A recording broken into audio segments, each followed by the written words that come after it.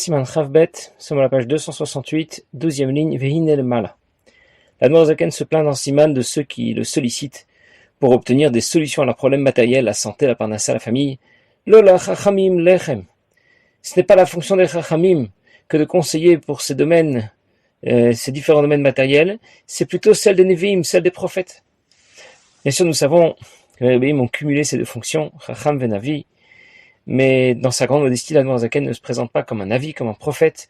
Concrètement, il accepte tout de même et il répond à toutes ces sollicitations et à toutes ces demandes de conseil et de bénédiction.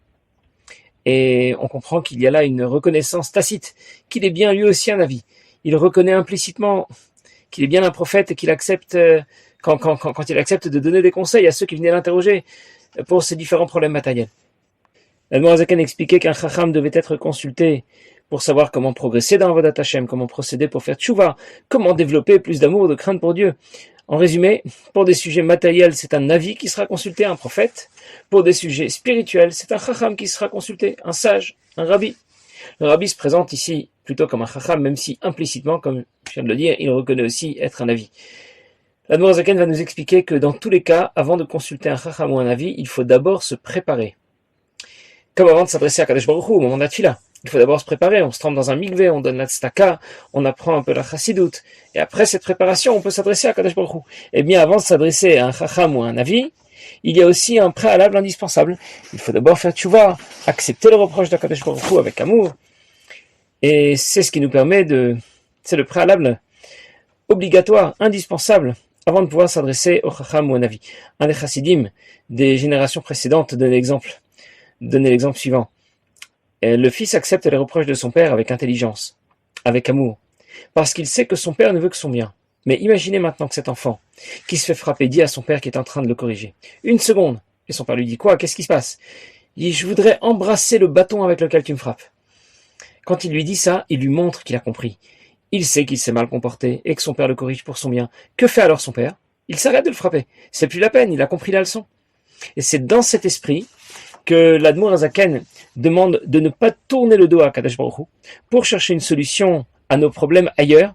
Il nous demande au contraire de faire tchouva avant tout et de nous tourner vers Kadosh Baruch Hu. C'est ce qu'on a appelé se retrouver face à face avec Dieu. Panim bepanim. Il faut comprendre ce qu'on appelle, puisqu'on parle de face à face avec Dieu, il faut comprendre ce qu'on appelle la face de Dieu, panim shel mala, ce qu'on appelle la face de l'homme, panim shel mata, et panim bepanim. Qu'est-ce que ça veut dire être face à face? Alors on va commencer par parler de panim shel mala, de la face de Dieu. Et il dit Panim, la face de Dieu. Pour Akadosh Baruch Hu, qu'est-ce que ça représente? C'est la volonté profonde, le désir intense. De nous donner, de donner à ses enfants tout le bien possible. Tout le bien spirituel et matériel. Avec un désir et une volonté profonde. Quel est le vecteur de tout ce bien? La Torah. La Torah est l'expression de la volonté de Dieu. Et c'est ce qu'il nous a donné, comme dit le Pasuk. C'est à la lumière de Panecha, ta face Panim, que tu nous as donné Torah Traim, la Torah de vie, la Torah qui est le vecteur de notre vie, de la vie que tu nous apportes, la Sod Baretsono pour faire sa volonté. C'est à ce sujet qu'il est dit, à la lumière de la face du roi, au tsono et de sa volonté, eh bien, on peut obtenir la vie, puisque le roi est le seul à pouvoir acquitter un condamné à mort. Par contre, les autres peuples, Dieu leur apporte tout ce dont ils ont besoin, mais avec un désir moins profond et moins intense. Les karnikreim et le kimacherim, c'est pour cela qu'on les associe à d'autres dieux, autres, acherim dans le sens prinat achoraim, ça veut dire ce qui n'est pas face à Dieu, mais ce qui correspond au fait de donner, comme on donnerait à quelqu'un par-dessus l'épaule. Je reprends ce qu'Admor Zaken vient de nous dire. Panim, la face représente le désir profond de Dieu de nous donner tout le bien matériel et spirituel avec une détermination et une volonté puissante. Le vecteur de ce bien que Dieu souhaite nous apporter, c'est la Torah. C'est écrit dans le Sidou. Qui be'or panecha, à la lumière de ta face. Tatalanu Torah Traim, tu nous as donné la Torah à la lumière de ta face. Ce qui fait bien le rapport entre panecha, prinat panim, la face de Dieu et la Torah. Je reprends. Nous disons que Dieu nous fait face. Dieu n'a pas de corps pour parler de face. C'est une image qui désigne la volonté profonde d'Akadosh Baruch Hu nous apporter tout le bien matériel et spirituel. La Torah est associée à la face de Dieu parce qu'elle sera le vecteur de toutes les bénédictions que Dieu souhaite nous apporter. Il y a un autre passouk dans Mishleh qui dit Bo pnei melech chaim urtzono. Si quelqu'un est condamné à mort, seul le roi est en mesure de l'amnistier. En face du roi, on peut obtenir la vie. C'est vrai pour les Bnei Israël, mais c'est moins vrai pour les autres nations. L'ensemble de l'humanité obtient la Kadosh Baruch Hu ce dont elle a besoin. Mais pour les Bnei Israël, Dieu le souhaite vraiment et profondément. Pour les autres peuples, Dieu ne le souhaite pas avec autant de détermination et de profondeur. Pour les Bnei Israël, on parle de donner face à face.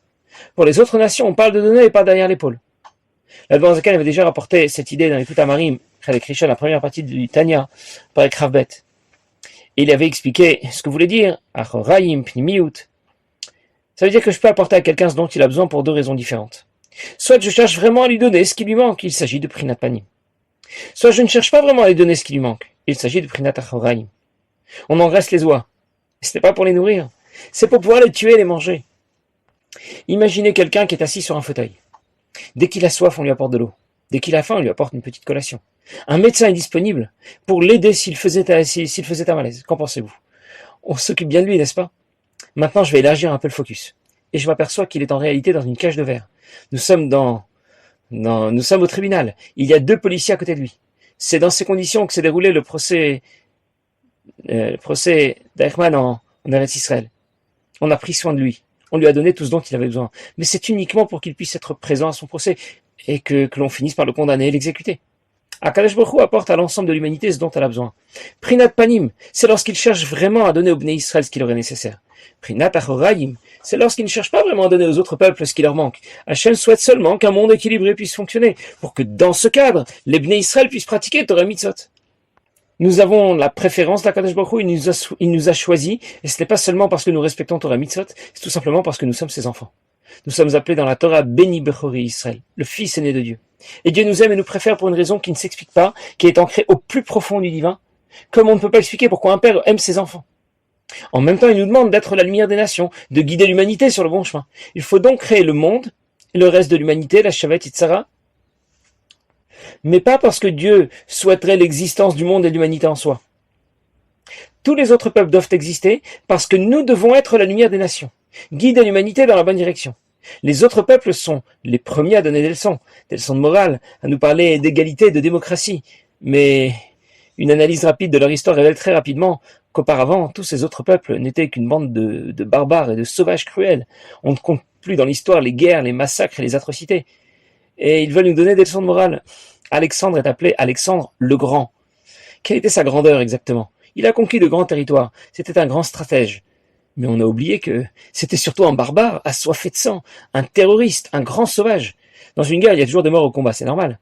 Mais après ses victoires, il faisait décapiter tous les hommes, ceux qui étaient morts, ceux qui étaient vivants, pour entasser les crânes, et comme ça, il terrorisait les populations.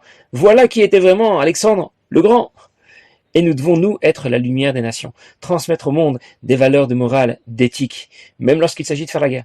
C'est d'ailleurs aussi pour cette raison que tout le monde nous déteste, parce que nous sommes là pour les rappeler à l'ordre et ça ne leur plaît pas. Alors je reviens à ce que je disais juste auparavant. Dieu ne nous aime pas seulement parce que nous apportons à l'humanité davantage de lumière, ou parce que nous pratiquons Torah et Mitzvot. Il nous aime au-delà de ces différentes raisons. Il s'intéresse à nous et il nous donne ce dont nous avons besoin, parce qu'il cherche vraiment à nous donner ce qui nous manque. C'est ce que nous appelons Prinat Panim, la face de Dieu. Puisqu'on a parlé de se retrouver face à face avec Dieu, il fallait d'abord expliquer ce que veut dire la face de Dieu. C'est fait. Et nous allons maintenant expliquer ce que veut dire la face de l'homme. Adam. Il en va de même pour l'homme. Aratson va cheshek. Ou Prinat Panim. La volonté de s'engager au service de Dieu est appelée Panim, la face. Et s'il n'accepte pas d'obéir avec amour, avec beaucoup de volonté, eh bien c'est comme s'il tournait le dos à Kadosh Baruch Hu. Ça veut dire que la face de l'homme, c'est l'expression par laquelle on désigne la volonté profonde, déterminée, de se tourner vers Kadosh Baruch Hu. Je peux pratiquer les mitzvot et étudier la Torah dans différentes façons, dans 2 esprits différents. Soit je me dis, j'exagère un peu, mais soit je me dis, c'est pas de chance, je suis juif, alors j'ai des obligations. On ne me laisse pas faire tout ce que je veux, tant pis. Je vais l'étudier, sa Torah, et je vais aller pratiquer ses mitzvot. Sinon, je vais me faire punir. C'est ce qu'on appelle Prinat Achorai. Je tourne le dos à Kadosh Baruch Hu, même si je pratique les mitzvot parfaitement et j'étudie la Torah autant que je peux. Ou bien je me dis, c'est une chance, c'est un privilège de pouvoir pratiquer Torah Mitzvot. C'est de cette manière que j'échappe aux contraintes de ce monde. C'est une chance que je peux avoir l'occasion de rejoindre Akadosh Baruch Hu chaque fois que j'étudie la Torah, chaque fois que je pratique une mitzvah. Et je veux m'y investir, je suis motivé. Les diplômes, la carrière, mon patrimoine, ça ne m'intéresse pas. Ma pnimiyut n'y est pas, ma volonté profonde n'y est pas. Elle est dans la Torah, dans la Kedusha. Je veux mener une vie pleine de sens, m'engager vers Akadosh Baruch Hu et me rapprocher de lui. C'est ce qu'on appelle Prinat Panim. Et si je n'ai pas cette motivation profonde, c'est comme si je tournais le dos à Akadosh Baruch Hu. Même si je pratique les mitzvot et j'étudie la Torah. Je vais le dire autrement. 2 personnes étudient la Torah de nombreuses heures dans la journée, tous les jours. Ils pratiquent les mitzvot, ils vont prier convenablement. Et pourtant, nous dirons que le premier fait face à Dieu et que le deuxième lui tourne le dos. Pourquoi? Parce que la motivation profonde lui manque. Le désir et l'envie sont défaillants. Alors je récapitule. L'Admour HaZaken nous a parlé de nous retrouver face à face avec Dieu, et maintenant nous comprenons un peu mieux ce que veut dire la face de Dieu, la face de l'homme, et que veut dire se retrouver face à face avec Akadosh Baruch Hu. Tout cela pour nous dire que lorsqu'une difficulté survient, comment réagir? Quelle doit être notre première réaction? D'abord, il faut faire tchouva. Il faut se retrouver face à face avec Dieu, développer une volonté profonde de se rapprocher d'Akadosh Baruch Hu et de communiquer avec lui. Mais comment développer cette volonté profonde? Eh bien, c'est en étudiant la partie profonde de la Torah. C'est elle qui va toucher la partie profonde de Maneshama. On sent très bien que lorsqu'on apprend la chassidoute, cela réveille quelque chose au plus profond de nous. Ça va nous remuer complètement à l'intérieur. On ne ressort pas pareil d'un shiur de chassidoute avant, comme on n'en ressort pas comme quand on y est rentré. C'est beaucoup plus fort, beaucoup plus profond que lorsque j'ai simplement appris un daf de Gemara ou un siman de Shulchan Aruch. Il faut en même temps connaître la Gemara de Shulchan Aruch, mais aussi se retrouver face à face avec Dieu. Et je me retrouve face à face avec Dieu quand je vais apprendre la partie profonde de la Torah. Alors si tu as un problème, qu'est-ce que tu dois faire? Eh bien tout d'abord, ne t'adresse pas à un chacham. Adresse-toi à un avis, à un prophète. Ensuite, avant de demander un conseil à un avis, à un prophète, il faut te préparer. Il y a des conditions à respecter, un protocole à suivre pour que la bracha qu'il va te donner puisse se réaliser. Le premier point de ce protocole, c'est de se tourner vers Akadosh Baruch Hu, d'être panim bepanim. Le deuxième point de ce protocole, c'est ce dont nous allons parler tout de suite, c'est de vérifier quelles fautes ont été commises et lesquelles doivent être réparées. Et le conseil qui nous est donné pour accepter les difficultés de ce monde avec amour, c'est le conseil que donnent nos maîtres, les pashpesh b'maasav, de vérifier quelles ont été nos fautes. Et il va trouver que certaines fautes ont besoin d'être nettoyées avec des souffrances. Et alors il verra, celui qui souffre dans ce monde verra à quel point Akadosh Baruch Hu l'aime, au point que lui-même vienne s'occuper de lui porter toute son attention pour le débarrasser de ses fautes. Comme un grand roi qui vient nettoyer les saletés de son fils, tellement il l'aime, il veut le faire lui-même. Comme dit le pasuk, Kadosh Baruch Hu va nettoyer les saletés des filles de Tzion avec un vent de justice. Alors réciproquement, réciproquement, celui qui va y réfléchir sincèrement va éveiller beaucoup d'amour pour Akadosh Baruch Hu, pour l'attention qu'il lui a apportée. Et pour lui, ça aura beaucoup plus de valeur que tout le confort matériel qu'il aurait pu obtenir, comme ces deux psukim qui disent que nous allons préférer Chasdecha, la bonté d'Akadosh Baruch Hu. Chasdecha, c'est mieux, la bonté d'Akadosh Baruch Hu, Mechayim. C'est mieux cela plutôt que la vie, c'est-à-dire le confort de la vie matérielle. Alors je reprends. Begashmiyut, matériellement. J'ai le sentiment qu'il me manque quelque chose.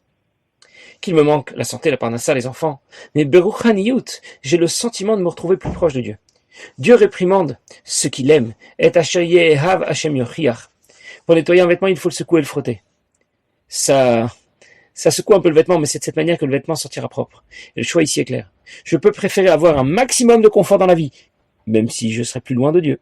Ou bien, je peux préférer avoir un minimum de confort dans la vie, et de cette manière être plus proche de Dieu.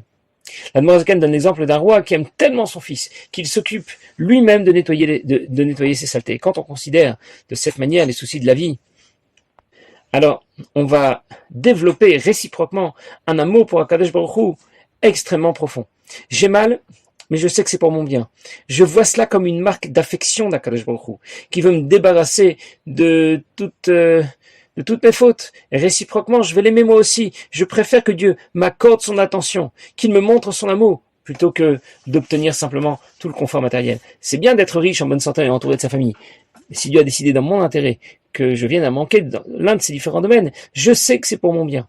Si Dieu a décidé que les choses devaient se passer autrement, que je devais le servir d'une autre manière, eh bien, je ne l'accepte pas avec résignation. Je l'accepte avec amour, avec joie. Alors, bien sûr, c'est très théorique au départ. Et quand on y réfléchit sérieusement, on pourra passer à la pratique. Par contre, qu'un jour, un des chassidim du Tzemar Tzedek a été reçu par le Tzemar Tzedek. Et le Tzemar Tzedek lui a dit d'être parfaitement compétent, de connaître parfaitement les brakim Chavav à la Medalef dans la première partie du Marim Tanya. Et ces différentes parties du Tanya nous parlent de l'importance d'être joyeux et comment surmonter toutes les causes de tristesse. Finalement, des dizaines d'années plus tard, il a vécu un drame terrible. Sa maison a pris feu et en même temps qu'il a perdu sa famille, bien sûr, et c'était le plus grave, il a aussi perdu tout ce qu'il avait. Et vraiment, il s'est retrouvé sans famille, seul et démuni, plus rien. Et pourtant, il l'a accepté avec beaucoup de joie. Il n'a pas montré de tristesse. Il devait être triste, bien sûr. Mais le fait d'avoir étudié et réétudié et réfléchi à ces différents prakim qui parlent de la joie que l'on doit développer dans Avodat Hashem et comment surmonter toute forme de tristesse, eh bien, c'est ce qui lui a permis de s'en imprégner suffisamment pour pouvoir surmonter l'épreuve que le Tzemar Tzedek avait vue à l'avance, des années à l'avance. Et c'est pour cette raison qu'il lui avait donné ce conseil. Alors nous aussi, tout ce qu'on apprend nous semble un peu théorique, et nous aussi, il nous faut étudier, réfléchir sereinement au contenu, sereinement et sérieusement au contenu de ce siman, pour pouvoir s'en imprégner et intégrer l'idée que lorsque Akadosh Baruch Hu nous confronte à des difficultés, eh bien, on doit s'imaginer, on doit essayer de se raisonner, de se dire, ne pas réfléchir dans la panique. On doit essayer de se dire que c'est pour notre bien et qu'Akadosh Baruch Hu nous montre ici toute son affection et tout son amour. Passez une bonne journée.